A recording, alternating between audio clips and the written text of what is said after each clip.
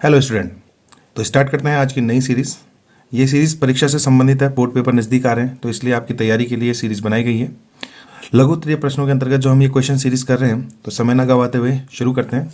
त्रिभुज A B C में जिसमें कोण बी 90 है, यदि tan a बराबर 1/√3 तो sin a into cos C plus cos A into sine C का मान ज्ञात कीजिए। तो ये हमारे 2013 में पूछा गया। देखिए क्या है हमारे पास कंडीशन, ये दिया हुआ है एक ट्राइंगल है हमारे पास, tan a बराबर दिया है 1/√3। तो tan का जो मान होता है वो होता है लंब बटे आधार। लंब ये हो गया और ये आधार हो गया। एंगल यदि ये है तो ये लंब होगा और ये आधार होगा। यदि एंगल हम इसके इसमें लेंगे तो ये आधार बनेगा और ये लंब बनेगा। कर्ण हमेशा वही रहता है। तो पाइथागोरस प्रमेय के आधार पर क्या हो जाता है, कर्ण बराबर रूट लंब का वर्ग प्लस आधार का वर्ग। अब इसमें लंब हमने जो ले रखा है वो हमारे पास क्या है, बी सी का स्क्वायर प्लस ए बी का स्क्वायर, इसका 1 है, प्लस √3 का स्क्वायर। 1 का तो 1 ही होता है, √3 में से रूट हट जाएगा तो 3 बचेगा। 3 + 1 4, 4 यहाँ पे क्या हो गया 2। तो कर्ण हमारे पास क्या आ गया 2 आ गया। तो यहाँ पे हम इनकी वैल्यू पुट कर लेंगे। साइन ए एंगल हमारे पास ये है तो साइन थीटा बराबर होता है लंब बटे कर्ण। तो हमारे पास हो गया B C upon A C into cos सी। दर्शक कॉस सी ये है तो आधार ही हो जाएगा और कर्ण ही हो जाएगा, तो आधार बटे कर्ण। Then B C upon A C. इसी प्रकार से कॉस ए आधार बटे कर्ण, A B upon A C into sine C. Sine C के लिए हमारे पास ये है तो इसके लिए लंब ये होगा और कर्ण, तो ए बी अपॉन ए सी। जैसा कि आप देख रहे हैं कि ये ऊपर ऊपर एक जैसे हैं, तो हमारे पास क्या बन गया बी सी बटे ए सी का होल स्क्वायर और यहाँ पे ए बी अपॉन ए सी का होल स्क्वायर। वैल्यू पुट कर लेते हैं। बी सी का जो मान है हमारे पास है ये 1, तो 1 अपॉन, और इसका मान जो हमारा अभी निकला है इसका मान है 2, ये हो गया। और इसी प्रकार से ए बी की जो वैल्यू है वो हमारे पास है √3 अपॉन, इसका मान है 2, ये 1/4 हो जाएगा। और ये हमारे पास √3 था तो इससे हमारा क्या हो जाएगा, रूट हट जाएगा, √3 इंटू √3/4। सिंप्लीफाई कर दिया तो 1/4 इन प्लस 3/4, यहाँ पे 2 हो जाएगा। और हमारे पास क्या गया, एलसीएम तो यही आया 1 + 3, 1 + 3 हो गया 4, 4/4, 4 से 4 कैंसिल हो गया तो हमारे पास इसका आंसर जो आ गया 1 आ गया। तो इसका जो आंसर आ जाएगा वो क्या आ जाएगा, 1 आ जाएगा। नेक्स्ट क्वेश्चन हमारे पास है 117। दर्शाइए कि बिंदु 3, 2, -2, -3 और 2, 3 एक समकोण त्रिभुज के शीर्ष हैं। तो समकोण त्रिभुज के शीर्ष के लिए हमें इसमें दूरी सूत्र से इनकी दूरियां निकालनी पड़ेंगी और तब हमें देखना पड़ेगा क्या ये पाइथागोरस प्रमेय का पालन कर रहा है। तो चलिए स्टार्ट करते हैं इसको। ये देखिए हमारे पास ये पॉइंट दिए हुए हैं, तो दूरी सूत्र हमारे पास होता है x2 - x1 का whole square plus y2 - y1 का होल स्क्वायर। तो यहाँ पे हमारे पास वैल्यू पुट कर देंगे। यहाँ पे x2 ये 1 1 वाले हैं, ये 2 2 वाले हैं, तो x2 - 2 - 3 का होल स्क्वायर प्लस y2 -3 - 2 का होल स्क्वायर। सिंप्लीफाई कर दिया, दोनों के चिन्ह बराबर हैं तो प्लस हो जाएंगे। -5 का होल स्क्वायर होता है हमारे पास 25, और ये भी -5 है तो ये भी 25 हो गया। ये हमारे पास हो गया अंदर 50 को हम लिख सकते हैं 2 × 25, और 2 × 25 का मतलब हो गया 5√2। ये हमारा आंसर आ गया पहले का। इसी प्रकार से बी सी के लिए ये 1 1, ये 2 2 वाले हो जाएंगे। यहाँ पे हमारे पास 2 -++2 का होल स्क्वायर प्लस 3 प्लस -+ का ये भी स्क्वायर हो जाएगा। यहाँ पे हमारे पास 2 + 2 4, 4 का स्क्वायर होता है 16, और 3 + 3 6, 6 का जो होल स्क्वायर होता है हमारे पास 36 यहाँ पे हो जाएगा। यहाँ पे हमारे पास क्या आ गया 52 रूट का। नेक्स्ट हमारे पास CA ये है, ये 1 1 वाले हो जाएंगे और ये 2 2 वाले, तो 3 - 2 का स्क्वायर प्लस यहाँ पे हमारे पास 2 - 3 का होल स्क्वायर।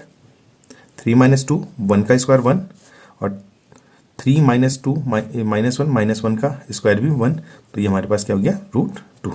तो ये तीनों वैल्यू आ गई। अब हम इन दोनों को जोड़ रहे हैं क्योंकि ये दिख रहा है हमें कि ये छोटे हैं इनसे, तो देखिए हमारे पास ए बी का स्क्वायर प्लस सी ए का स्क्वायर, तो ए बी का स्क्वायर हमारे पास हो जाएगा 5√2 का स्क्वायर प्लस √2 का स्क्वायर। 5√2 का स्क्वायर हमारे पास हो जाता है 50, और यहाँ पे ये 2 का √2 का क्या हो जाएगा 2, तो ये हो गया हमारे पास 52।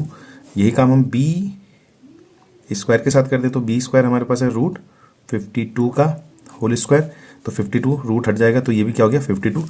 यहाँ से हमारे पास क्या आ गया B C square is equal to A B square plus C A square, और ये हमारे पास क्या होती है पाइथागोरस प्रमेय। तो यहां से हमारे पास हो जाए ये शीर्ष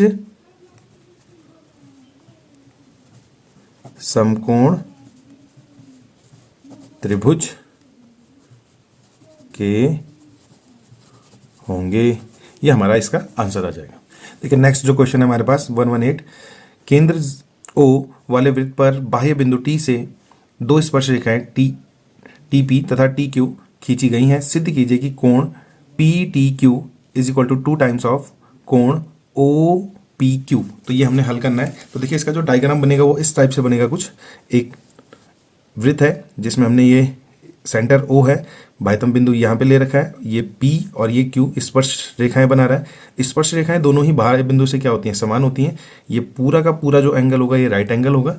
हमें ये कोण हमने मान लिया Q है, और हमें ये वाला कोण और इस कोण के बीच में संबंध निकालना है। तो जो दिया हुआ है पहले लिख लेते हैं। ये हमने लिख लिया कि O केंद्र और TP व TQ स्पर्श रेखा है। सिद्ध हमें ये करना है कोण PTQ, दैट्स अ PTQ, ये वाला जो होगा वो दुगना 2 टाइम्स हो जाएगा कोण OPQ इस वाले कोण की। तो चलिए स्टार्ट करते हैं। यहाँ पे हमने इसको मान लिया कि ये वाला एंगल क्या है Q है। तो हम जानते हैं कि ये भुजा और ये भुजा क्या होंगी बराबर, तो ये पूरा का पूरा ट्रायंगल क्या बन जाएगा समद्विबाहु त्रिभुज बन जाएगा। अब समद्विबाहु त्रिभुज में ये वाली और ये वाले कोण क्या होते हैं आपस में बराबर। तो कौन कौन से कोण की बात कर रहे हैं, हमने कोण ले लिया TPQ is equal to TQP, ये बराबर होंगे, और इनका मान क्या हो जाएगा 1/2, मतलब आधा आधा हो जाएगा किसके 180 माइनस कोण कौन से कोण के इसके। तो ये हमारे पास क्या हो गया PTQ के 1/2 के बराबर। इसको और सिंप्लीफाई कर दिया तो ये अंदर ले गए, तो यहाँ पे क्या आ जाएगा हमारे पास 90 डिग्री और माइनस θ/2, ये इन दोनों की वैल्यू आ गई। अब एक चीज़ ध्यान दीजिए कि यहाँ पे हमारे पास जो एंगल पूरा का पूरा है कौन सा TPO, वो किस किस से मिलकर के बना हुआ है। एक तो कोण हमारे पास है यहाँ पे TPQ, और दूसरा हमारे पास यहाँ पे जो एंगल है वो हमारे पास यहाँ पे है OPQ। इसका मान तो है 90, इसकी वैल्यू अभी हम निकाल चुके हैं 90 माइनस θ/2, और ये हमारे पास क्या हो गया OPQ। 90 से 90 कैंसिल, ये माइनस है तो उधर जाकर के क्या हो जाएगा plus OPQ is equal to θ/2। तो 2 टाइम्स OPQ, और थीटा किसका मान था यहाँ पे, ये देखिए ये क्या हो जाएगा PTQ के, और यही हमें क्या करना है सिद्ध करना है।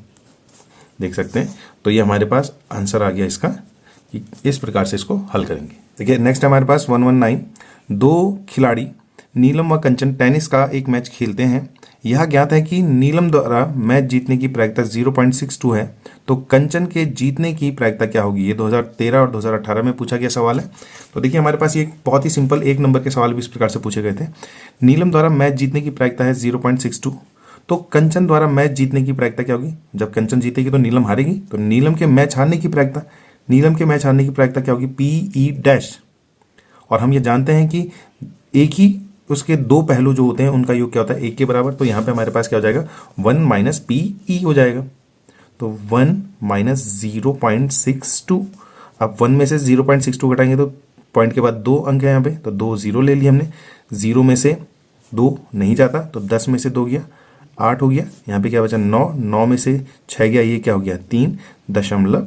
आगे आ जाएगा। तो 0.38 किसकी हो जाएगी, कंचन के मैच जीतने की प्रायिकता।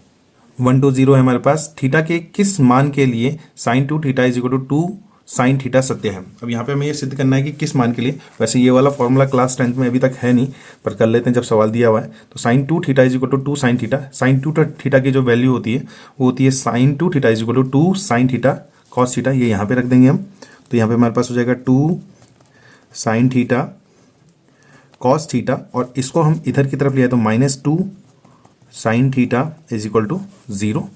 दोनों में 2 साइन थीटा कॉमन है, 2 साइन थीटा। यहाँ पे हमारे पास क्या बन गया, cos theta -1 is equal to 0। अब देखिए 2 तो कभी भी 0 नहीं हो सकता। दूसरी कंडीशन, या तो हमारे पास sine theta is equal to 0 है, या हमारे पास cos theta -1 is equal to 0। तो यहाँ पे यदि हम देखें तो साइन थीटा 0 न्यूनतम स्थिति में हमारे पास जो होता है वो साइन 0 की वैल्यू 0 होती है, और cos theta is equal to 1। तो कॉस थीटा की वैल्यू 1 हमारे पास तब होती है जब वो कॉस का मान भी क्या होता है, 0 होता है। तो थीटा का जो मान आ जाएगा यहाँ पे हमारे पास, वो दोनों ही कंडीशन में क्या आ जाएगा, 0 आ जाएगा। अर्थात थीटा के मान 0 के लिए ये समीकरण क्या होगी, सही होगी न्यूनतम मान के लिए। तो देखिए आपके ये फिर से 5 क्वेश्चंस की जो सीरीज़ है वो हमने पूरी कर ली है। होप सो आपको इससे कुछ लाभ हो रहा होगा और आप पढ़ाई में बहुत अच्छे से ध्यान दे रहे होंगे। तो यदि आपको ये अच्छी लग रही हो तो अपने दोस्तों को शेयर करें, लाइक करें और सब्सक्राइब ज़रूर करें चैनल को, जिससे आने वाले समय में ऐसे ही वीडियो जब आपके पास भेजे जाएंगे तो आपके पास उसका नोटिफिकेशन सबसे पहले पहुंच पाए। तो मिलते हैं आपको नेक्स्ट वीडियो में।